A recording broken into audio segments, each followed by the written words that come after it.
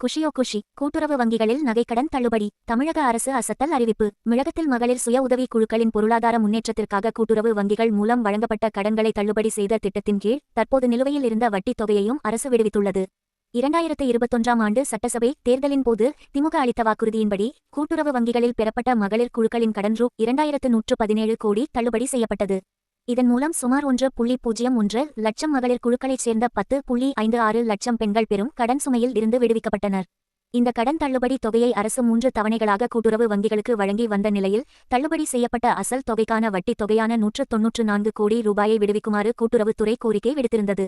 இதனை ஏற்று தமிழக அரசு அந்த வட்டித் தொகையையும் தற்போது விடுவித்து அரசாணை வெளியிட்டுள்ளது.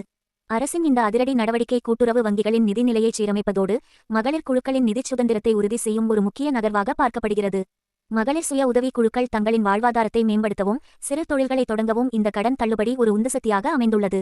கடன் நெருக்கடியில் தவித்த பல குடும்பங்கள் இதனால் நிம்மதி அடைந்துள்ளதோடு பெண்கள் மீண்டும் நம்பிக்கையுடன் புதிய வணிக முயற்சிகளில் ஈடுபட வழிவகை செய்யப்பட்டுள்ளது. பெண்களின் சமூக மற்றும் பொருளாதார வளர்ச்சியை மேம்படுத்தும் நோக்கில் அரசு எடுத்துள்ள இந்த முன்னெடுப்பு தமிழக பெண்களிடையே பெரும் வரவேற்பை பெற்றுள்ளது.